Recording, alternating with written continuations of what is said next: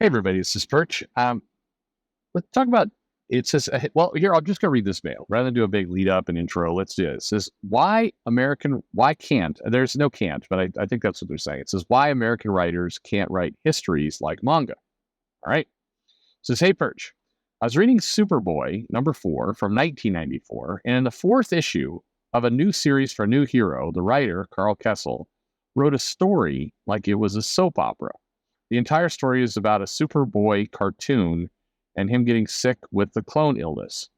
I was thinking if it was a manga, Superboy would be fighting a dangerous enemy that would be even more dangerous because of the illness. And that Superboy had so much potential.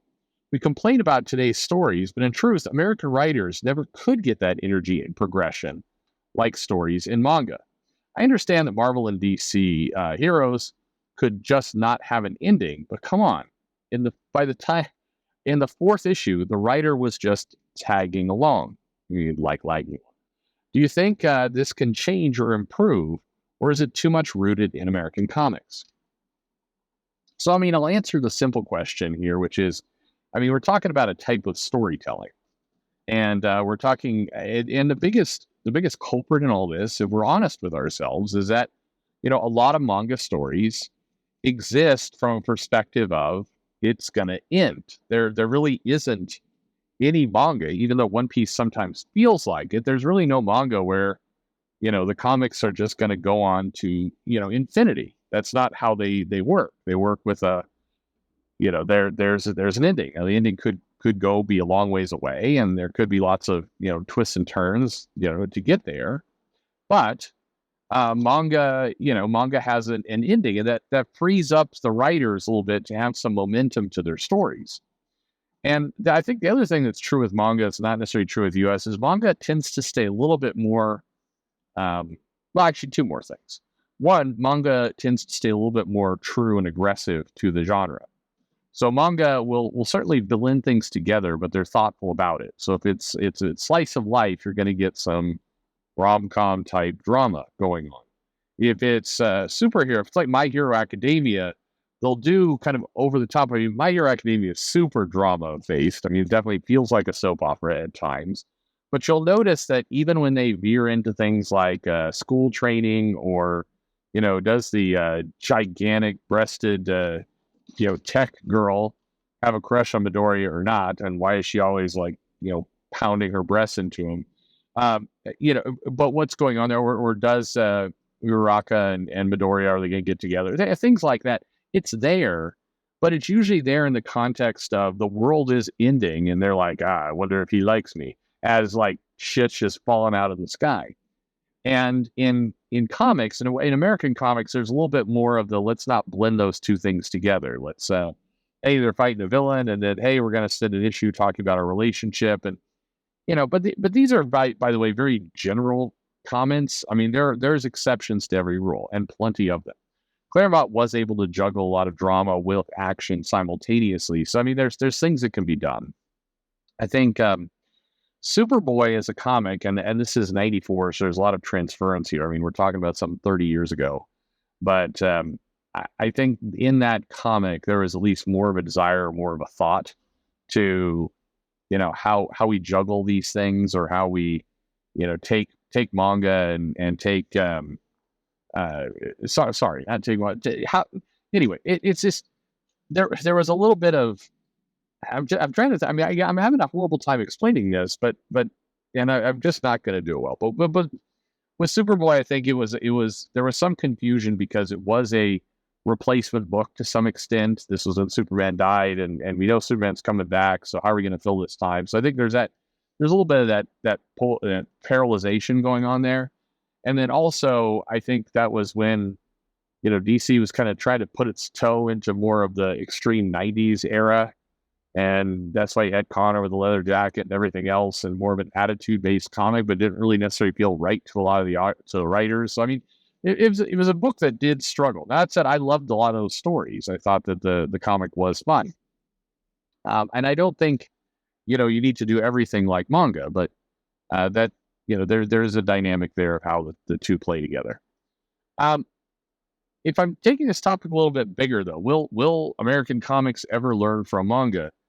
Um, I guess the question is, what's the lesson that we're trying to teach them? Whether we're not sure if they can learn it or not, but what's the lesson itself? And I think that's probably a harder thing than we give it credit for. Let's ignore, for the purpose of this video, all of the sales and how they're distributed and how they're packaged and everything else, and just go for the writing. And I think that leads us back to kind of an age-old question, which are, should Western comics, should US comics end? Should they have a beginning, middle, and end? Is it how unnatural is it for these comics to go on forever? And it's a question that people struggle to take really seriously, because it's you come to love Batman. Batman sells a lot of comics. You have a movie franchise, you have everything else. Like, why would you end this? And believe me, if you're in Japan, there's plenty of questions around, like, hey, One Piece is coming to an end, but should it? Like, why are we putting it to an end? It makes a lot of money. Yeah, the creative vision and all that, but millions of dollars also. I think this gets to kind of a fundamental question of, our comics, manga, Western comics, US comics, whatever it happens to be, is this art or is this a commercial enterprise? And you could say, well, why can't it be both? Yeah, it can be, but there does get to be this question of, well, I mean, we'll use another example. The Walking Dead ended. Kirkman ended it. Like manga ends. Invincible ended. I mean, they're over. And, The Walking Dead spawned a TV empire, and it spawned video games and all these other things. The Walking Dead made a lot of money, far more money than the comics, with all these other things. Now, if you're Kirkman, and if you're trying to keep your company afloat, which Kirkman, is secure with, because he got the money from his deals and selling these properties and everything else, and he's a wealthy man, he can do what he wants. But if he was a editor who didn't get all that money, it went to a kind of a faceless corporation who doesn't create things, but instead just curates things, then, there'd be a lot of incentive for Kirkman to keep Walking Dead going, or to end the series and do a spinoff, quite frankly, like they've done with the TV shows. So, Kirkman doesn't need the money. He's able to end it. He's in a financial position where he's able to just end things, which resembles what's happened in Japan with a lot of manga. They're able to tell the story they want when they're done, and they're tired of doing it. They can move on. But that's not how Western US comics are built, and that's not how they're financed. It's not how they're made. Unless, of course, it's an independent comic that, like, Remender has, or Kirkman has, or what have you. But you have to pick. And I think that the uncomfortable truth in all this is that, if your comic becomes really, really popular. So let me give you a different scenario here. Imagine, if you will, that Kirkman, who had Invincible, who had Walking Dead, imagine if those comics had sold okay. He's gotten all the money from the comic, but maybe he had to pay Image more, right? He didn't have the deal he had, so he's making money, but maybe he's making half of the amount of money that he made for Walking Dead in his pocket. And then there was no TV deal, no movies, no video games, nothing. He's got TV. He's got mugs, whatever. He's got the things that he could do himself, with this, like, cafe press and the comic, and that's it. And the comic money he was largely sharing with the publisher, where they're taking a big bulk out of it. Would Kirkman have ended Walking Dead? And I think the answer is no. Quite frankly, no. Kirkman got himself into a financial position where he had a popular comic, but he was able to tie it up and say goodbye to it because he had the financial freedom to do that. A lot of creators, I mean, we'll use somebody else for a moment. Rick Remender finished up Black Science, and he's presumably there's a movie floating around there with that somewhere. I don't know. And he's making good money off the independent works. I mean, he's not, he doesn't hate life, but he hasn't had the same kind of, financial big money opportunities that Kirkman had. And his comics, while, very enjoyable by me, I love Black Science, and I love most of what Remender does. He hasn't had the sales. His sales have never remotely reached what Kirkman reached with Walking Dead and Invincible. Closer to Invincible, but not anywhere close to Walking Dead. And so if you're a vendor, should you keep some of these series going? Well, I mean, it becomes if it got really popular, if Black Science doubled in sales or low, or, some of these books doubled in sales, there'd be a lot of incentive for a vendor. I mean, I will tell you, no matter what people say, I think he would have kept them moving. He would have kept them going.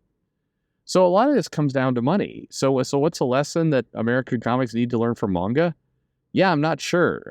Manga exists the way it does in a large part because these comics, these stories, are shuttled through, Shonen Jump or places where, they're part of a grouping of books. And so the whole model is different enough that, one, they're culturally aligned to ending things, and two, financially, that's the best answer for them. They're able to kind of, do their thing and move on. It's just how that business works. In the U.S., you have to give creators a lot more rights to things, which is why you won't see Superman or Batman running. I mean, put in a more simpler way, Oda owns One Piece. He owns that story. He owns that vision. Who owns Batman? If you said Chip Zdarsky because he's currently writing it, you're wrong. The person who owns Batman is lawyers. Quite frankly, Warner Media lawyers own Batman. And so, Warner Media lawyers are not going to, they have no personal stake in this, and they need to license and need to, shuttle his business as long as they want to. So that's how it's going to go. So that it will go on forever and ever. That's just by its nature. I don't think this is necessarily a bad thing, by the way.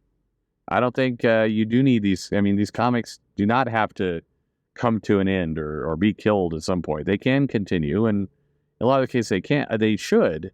I do think that the writers can take more of an approach where, you keep the action moving and you don't make it feel like you're killing time in your book, and you're able to progress. I think that's fine too. Anyway, that's my take on it. I don't know if that's a satisfactory answer or not. But what about you?